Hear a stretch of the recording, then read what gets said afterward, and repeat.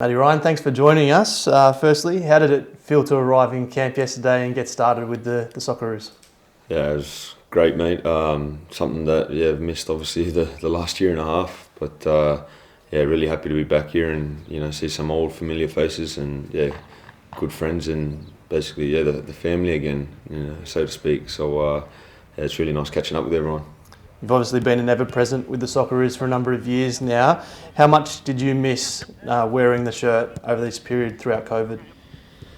A great deal. Hard to put into words how much. I mean, first and foremost, the privilege to obviously be representing your country. There's nothing that quite replaces it, and then all the little bonuses that come with it. Like I said, being around this great environment that we've got, seeing, friends you've been with a long time, teammates that you've obviously done battle with on the pitch and all that as well.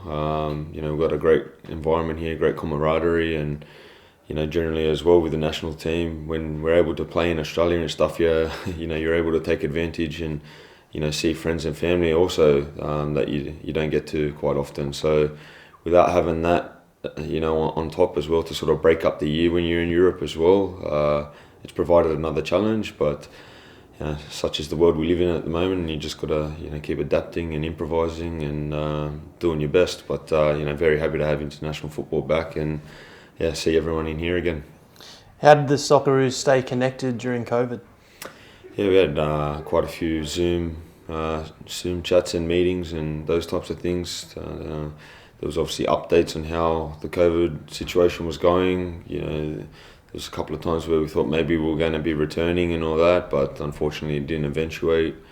But we're all stronger for it now. We've gotten to this point where we're back, and fingers crossed it's going to be back for good. And it's just another example that you can't take anything for granted in life. And international football and representing Australia is definitely one of those now. And I think we'll all cherish it that much more now, having lived through this pandemic. A lot of fresh faces in this squad and 7 uncapped players. What will they be feeling as they come into national team camp and for the first time, some of them? Yeah, obviously excitement's probably going to be the emotion that's going to be in the forefront. Similar emotions, I guess, to what everyone feels when they first come in. But they're here for a reason, and obviously the boss. He sees Arnie, he sees them obviously contributing to what we're trying to do here, and I'm looking forward to seeing what they're all about and what they can add to the squad. Maty, you're one of the most experienced players in this squad with 59 caps. What advice can you offer to some of the new players coming in?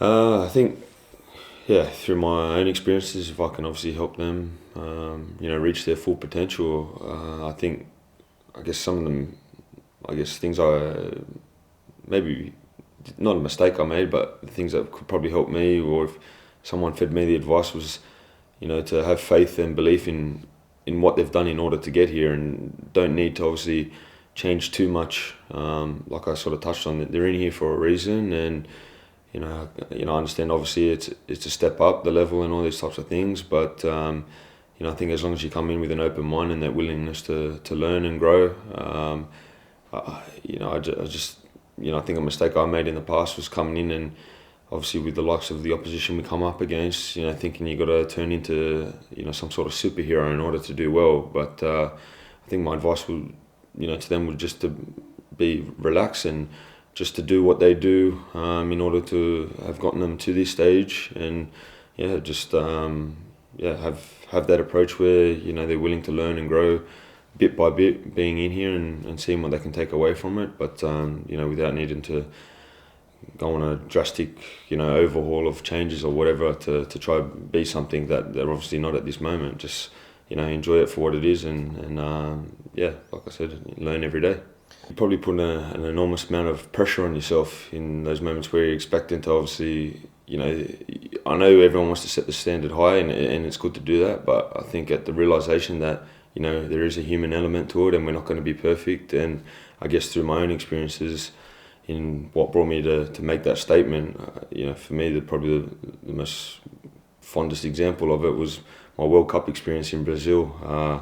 Like I said, coming up against opposition of the highest standard, and me so badly wanting to do well for our country, to make them proud and all that.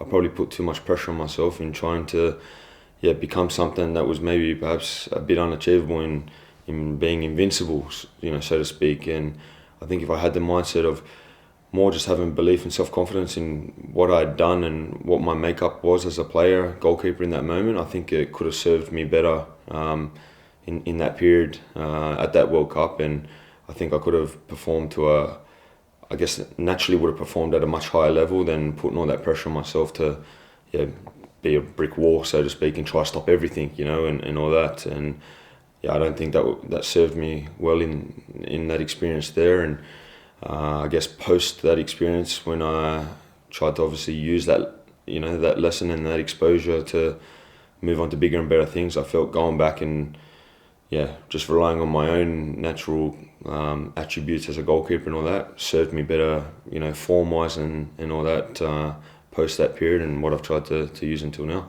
Let's talk about Kuwait. 4 games in 12 days and the chance to really pick up from where we left off in November 2019. So excited, like I said, to be back here and involved with the national team, and the opportunity to obviously pull on that jersey again. Just on a personal note, going to be trying to obviously work hard in order to earn selection and all that, and get out on the pitch. We've obviously got depth across the squad and all that, and all the boys are vying to do that. Plenty of fresh faces, like you said, a couple of guys that haven't been able to make it due to their circumstances and all these injuries and personal decisions with obviously COVID and all these types of stuff. So that opens the door for other people to get a look in and try and take full advantage of those opportunities that they're going to get. But myself personally, I've obviously been through one full World Cup qualifying campaign, and I know how challenging it can be to obviously achieve that ultimate goal. But everything that I've seen and everything that obviously has brought me to this moment now, I've got full belief that we have all that it takes to not only qualify for the World Cup but go there and do well. So we're obviously we're wanting to continue to carry on with where we left off in the campaign so far. We've been quite dominant with the performances, and the results have reflected that, and that's the plan moving forward, starting with the first game coming up. Maty, you've spent the last 6 months at one of the biggest clubs in the world, Arsenal. How was that experience? Yeah, great, man. It's still surreal, to be honest, to talk about it. Obviously growing up, it's probably been documented a few times now. It was my childhood club I grew up supporting and all that, and I learned so much in my experience there so far. Just all that's being part of a club like that, the resources, the personnel, the quality on the pitch, all that, the enormity of the club, on a global aspect, the media and all those types of stuff. It was so cool to be a part of, and ultimately, I was very fortunate, but at the same time worked hard to get a couple of opportunities, and I set obviously a couple of little goals when I obviously had signed for the club, sort of ticking them off by one. I wanted to obviously get out and play games, and started with an unfortunate loss, but obviously it was the debut, and had a draw after that, and then finally got a win as well, and managed to play a game at the Emirates, and 2 away games and all that, in Premier League games. So it was a great experience, and I was really proud of how I did, and really content with how I did, and I think I showed that I have the capability to play at a level like that, and I look forward to, I guess, seeing what that little period now means for me moving forward, and at this level, it's you're always as good as your next games, not necessarily your last games. You just got to keep demonstrating, week in, week out, why your selection is warranted to be out there playing, and that's my focus now. I want to live the best life I can lead, and for me, that fulfillment comes through getting on the football pitch and doing the best I can at the highest level I can, and for as long as I can. So taking it day by day, and just I guess seeing where my journey takes me. What do you feel you learnt while you were at Arsenal working with such high level players? I think the biggest thing I took away was probably more self-belief.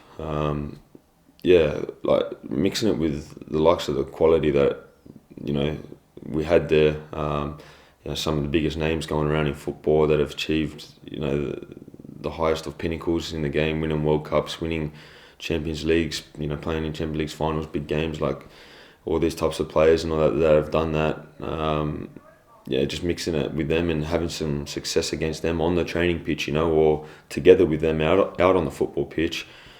I think it instilled with me with more belief that I can play at that level and mix it with those guys, and that was probably the biggest thing I took away from it. And I think from there I think I've made more progression in myself and my own self-belief, because if you don't believe yourself that you're good enough to play at that level and all that, then you've fallen short to begin with. You're not really gonna reach your full potential if you don't believe it yourself. So I think that was probably the biggest thing I take away from it, just saving shots from the likes of Lacazette, Aubameyang, and playing with guys like David Luiz and Willian, and all this training and all those types of stuff, being exposed to that bit of adversity coming up against them in training and overcoming it and making saves and all these types of stuff. It was just an example to me that I can do well at that level, and just looking to kick on from that.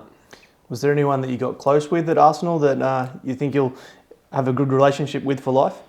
Mate, I was obviously surprised. Oh, not surprised. I was curious. I wanted to say as to how the environment was going to be with the likes of some of the biggest names, obviously in the change room and all that. But the camaraderie was there from the beginning. You felt the respect as soon as I walked in there, and I was just being myself there. I felt really. It felt really easy just to be myself ultimately, and mix with the guys, and there was a real sense of that mutual respect amongst everyone. Even if there were certain players not playing each day, it was like, even though you're not playing, they know that if you were to get an opportunity and be selected in either that game or the next game, that everyone knew that you could come out and do a job for the side, and I think I was able to do that from my own assessment of my performances. And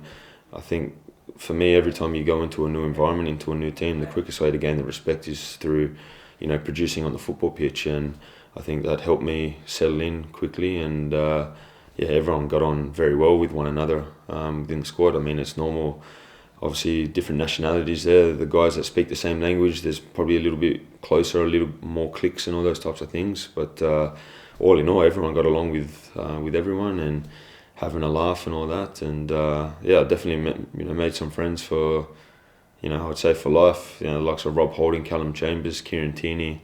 Obviously the English-speaking guys. They were probably the ones that I probably connected with the most, and I'm sure I'll be in contact with not only just them, but the majority of them for a long time. And just finally, Maty, what exciting opportunities could be in store for you after this window at club level?